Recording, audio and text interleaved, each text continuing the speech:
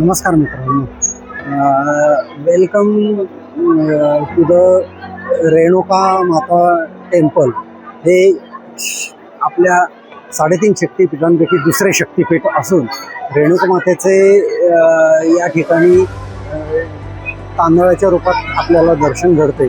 हे मंदिर 13व्या शतकात यादव राजांनी बांधले आणि या मंदिराचं परिसर हा समोर माहूरगड म्हणून बहामनी यादवकालीन किल्ला दिसतोय आणि त्याचबरोबर या इथून पुढं श्री दत्तात्रयांचं जन्मस्थान अनसूया मातेचं परशुरामाचं मंदिर या ठिकाणी आहे.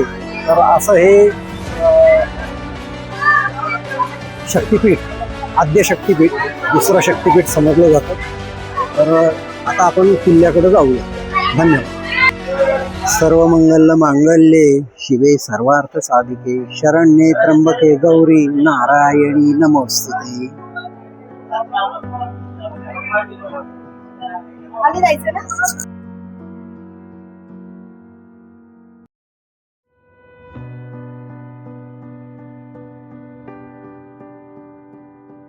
नमस्कार मित्रांनो, आता आपण माहूरगडावरील श्री दत्तात्रय जन्मस्थान या ठिकाणी आहोत. हा सर्व परिसर माहूरगड याच्यामध्येच ओळखला जातो.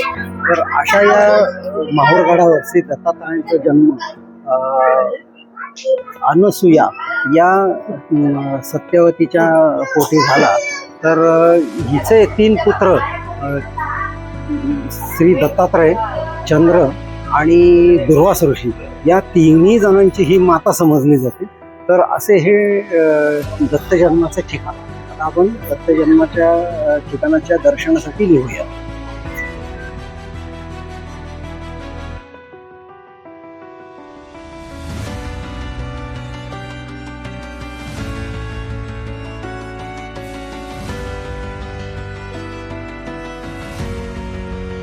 आता आपण अनसूया मातेच्या या मंदिराच्या छोट्या टेकडीपाशी आहोत.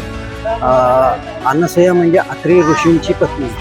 ही दत्त अवतार जे आहेत, प्रथम दत्त अवतार त्रिमूर्ती यांचा जन्म याच ठिकाणी झालेला आहे. या मातेने त्यांना जन्म दिला.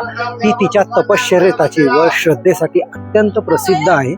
तर अशा या अनसूयेनी पुराणांमध्ये श्री दत्त, चंद्र आणि दुर्वास ऋषी यांना जन्म दिलेला आहे. वर गेल्यानंतर अनसूया मातेच्या मंदिरामध्ये दत्तनंदन किंवा नंदन दत्ताची खूप छान तिच्या शेजारी मूर्ती बसवलेली आहे. ती पाहण्यासारखी, अगदी आवर्जून पहा. धन्यवाद.